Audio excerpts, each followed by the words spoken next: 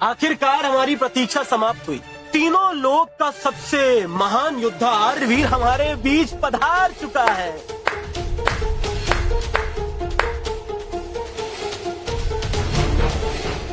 बिना ब्रह्म सत्व के मनुष्य को हमारे योद्धा पता है क्या कहते हैं? धरती पर बोझ। अरे मैं चाहती हूँ तुम मुझे सही साबित करो। नंदीशिला को तुम्ही ने 2 हिस्सों में बांटा है ना?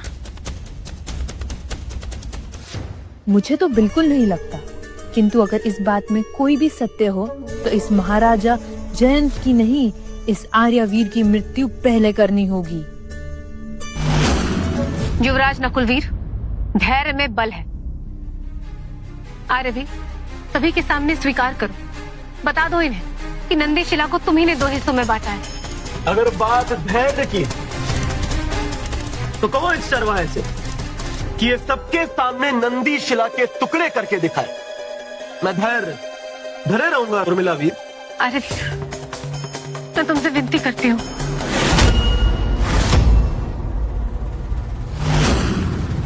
युवराज, ये अस्त्र इसके पास आया कैसे है?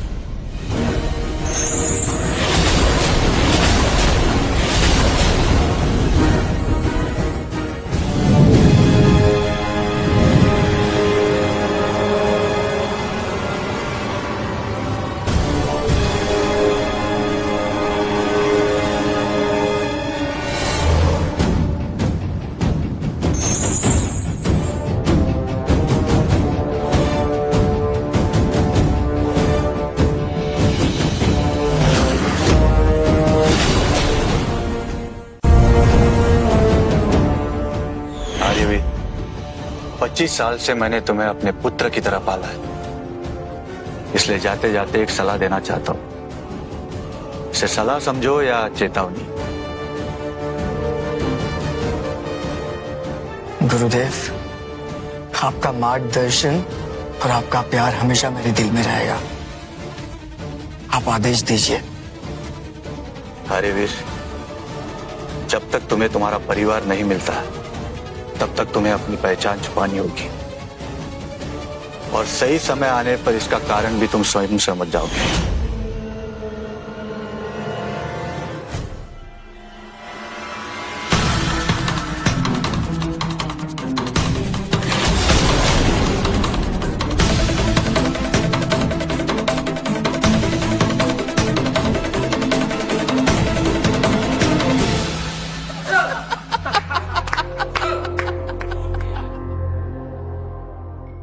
कौड़ी की हैसियत और सोने के सपने। लेकिन इसे यह अस्त्र प्राप्त कैसे हुआ? ये या तो चोर है या कोई बहरूपिया। यह अस्त्र इसका नहीं हो सकता।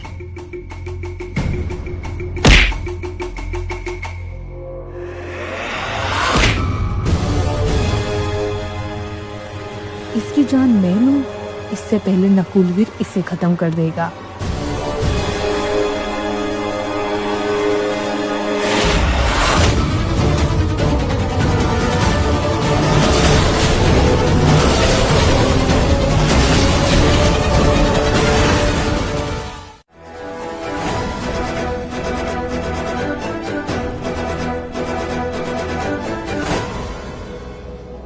सूर्यास्त होने से पहले चंद्र महल पर सुमित्रा का परचम होगा।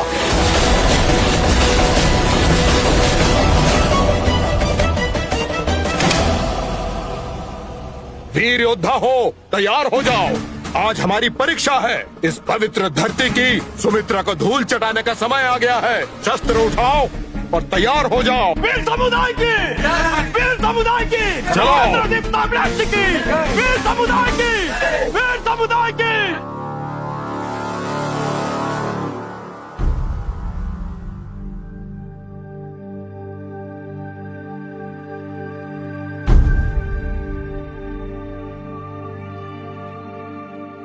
तुम्हें शीघ्र ही यहाँ से निकलना होगा। नदी पार करनी होगी, वरना मेरी मौत निश्चित है।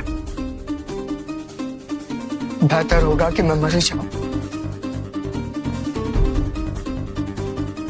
ऐसे मत कहो। जीवन में मेरा कोई उद्देश्य नहीं है। परिवार के बिना पहचान अधूरी होती है और बिना पहचान जीवन सिर्फ एक बोझ, धरती पर बोझ। बस एक बार मरने से पहले मैं अपनी माँ से पूछना चाहता हूँ कि जब उसे मुझे अपने साथ रखना ही नहीं था तो पैदा होने से पहले मुझे मार क्यों नहीं दिया? पुत्र,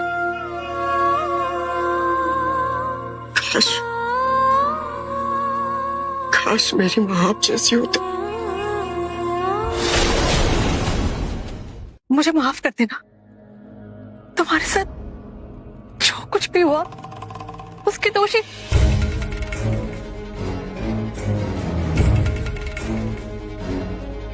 महारानी आप कुछ बोल रही थी, बोलिए ना। कायर वीर समुदाय के योद्धाओं, आज इस साम्राज्य की गद्दी तुम्हें छोड़नी पड़ेगी।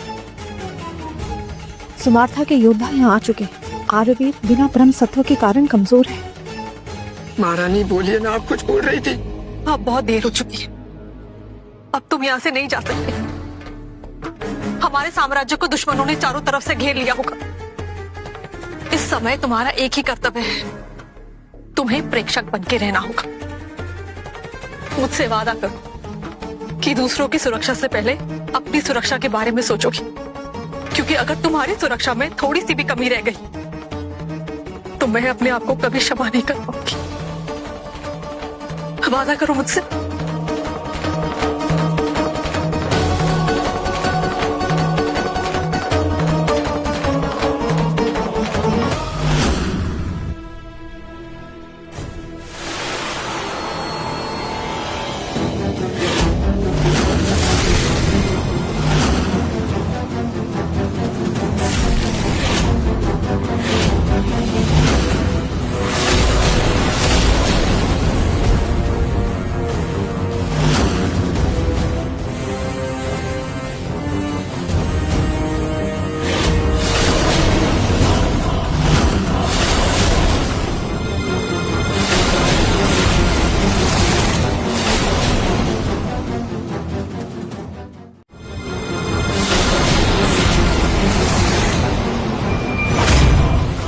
राजकुमार बिंदुसार, आपका यूं सेना के साथ आना हमारी इच्छा के विरुद्ध है।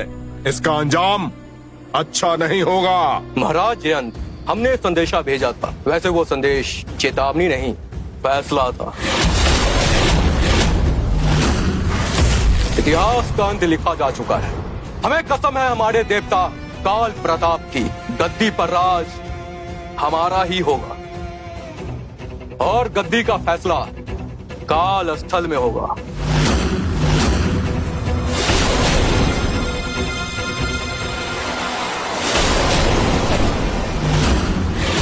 तो कौन है जो इस काल स्थल में आकर मेरे सामने मेरी चुनौती स्वीकार करेगा?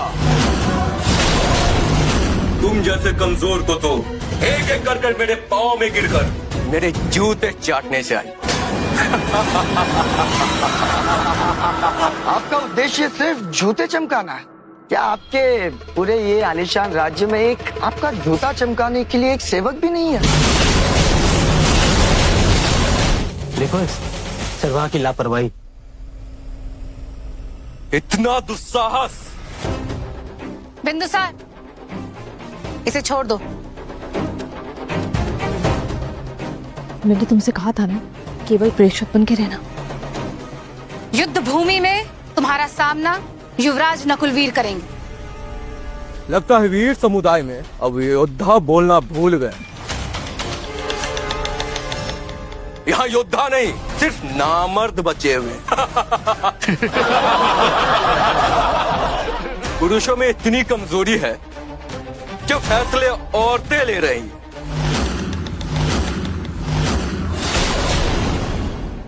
तुम्हारी तलवार पर पकड़ होगी बिंदुसार, पर जबान पर नहीं। तुम्हारे राज्य के विपरीत हमारे यहाँ अधिकार बराबर हैं। हमारे यहाँ स्त्रियां सामान नहीं, देवियां समान हैं, अधिक शक्तिशाली है। मैं संयम खो रहा हूँ, क्योंकि आज जब तुम्हारे राज पर मेरी जीत होगी, उसके बाद तुम्हारे राज की ओर से मेरे जीत का हिस्सा बनेगी।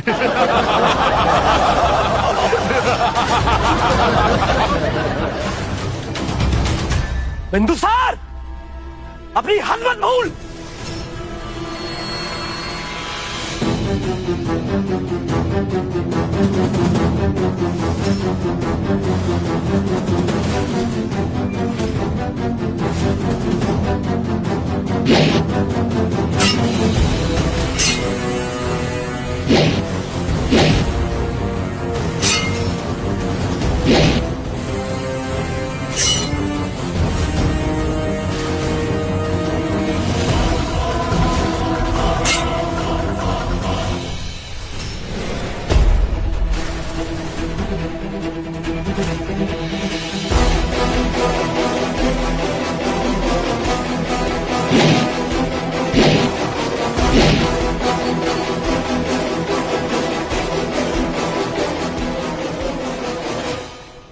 ये उल्टे पांव से लंगड़ाना बिंदुसार का मर्ग जाल है जिसमें नकुलवीर फंसने वाला है और एक ऐसे भी सही प्रहार का संकेत देना चाहिए।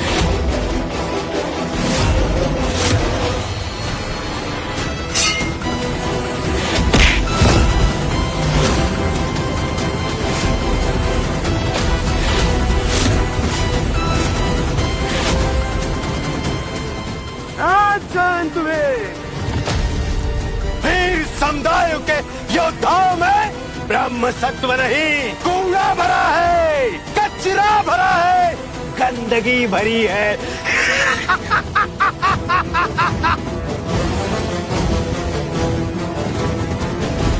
माफ कीजिएगा। हे ईश्वर, ये आर्यवीर अब क्या करने जा रहा है? मेरी कलाई ना थोड़ी कमजोर हो गई है, तो थोड़े थोड़े समय पे ना मुझे मेरी गठरी को नीचे रखना पड़ता है। ऐसे भी ना मेरे बाजू में ना ज्यादा भार उठाने की क्षमता नहीं है। आर्यवीर कहना क्या चाहता है?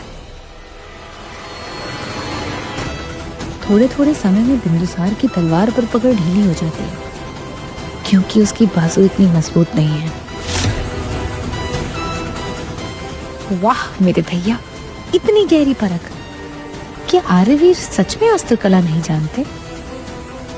बिना ब्रह्म सत्व के पैदा हुआ लेकिन फिर भी परख तेज। क्या ये वाकई में मेरा भाई है या दुश्मन की ओर से कोई बहरूपिया?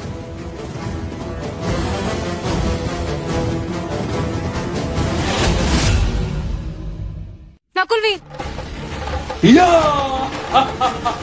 उसके हाथ पे वार करना है।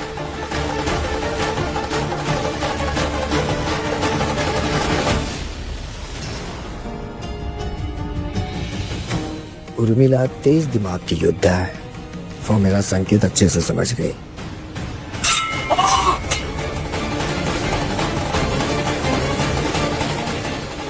शाबाश मेरी बेटी।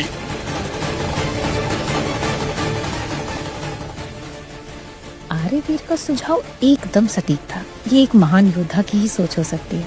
ये बहरूपिया नहीं, मेरे भैया ही हैं।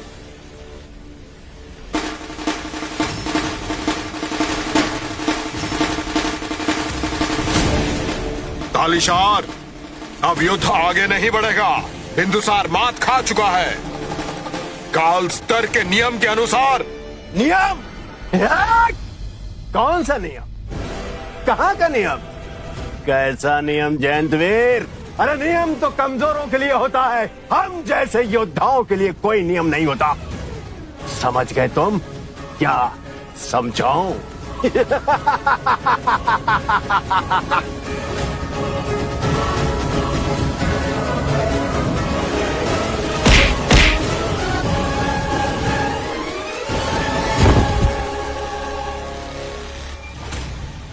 वीर समुदाय तुम्हारे नापाक इरादे कभी पूरे नहीं होने देंगे और तुम्हारे लिए तो मैं अकेला ही काफी हूँ।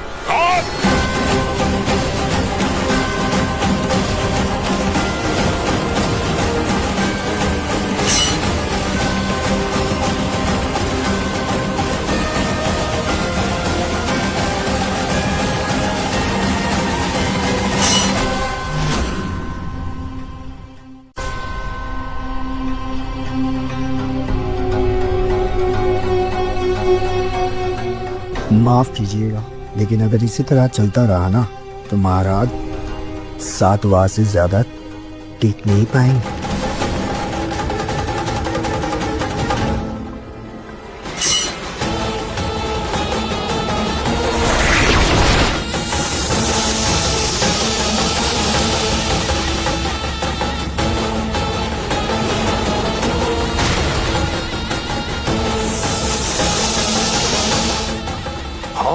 होगा वीर समुदाय का विनाश।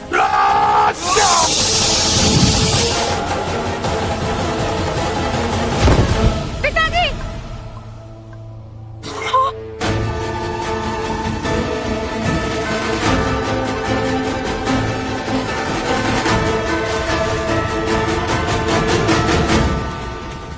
बाली सर!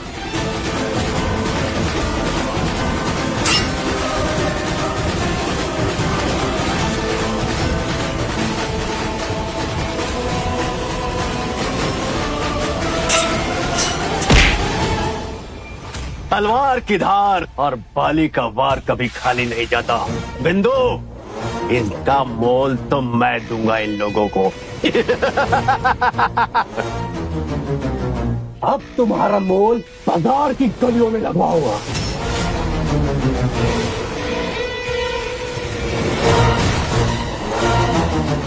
अरे वीर, उर्मिला को बचा लो, वो तुम्हारी बहन है।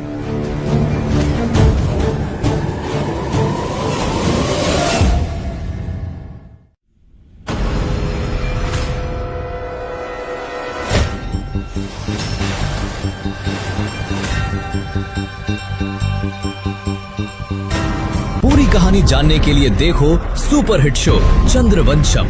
अभी डाउनलोड करो कुकू टीवी ऐप और फ्री में देखो।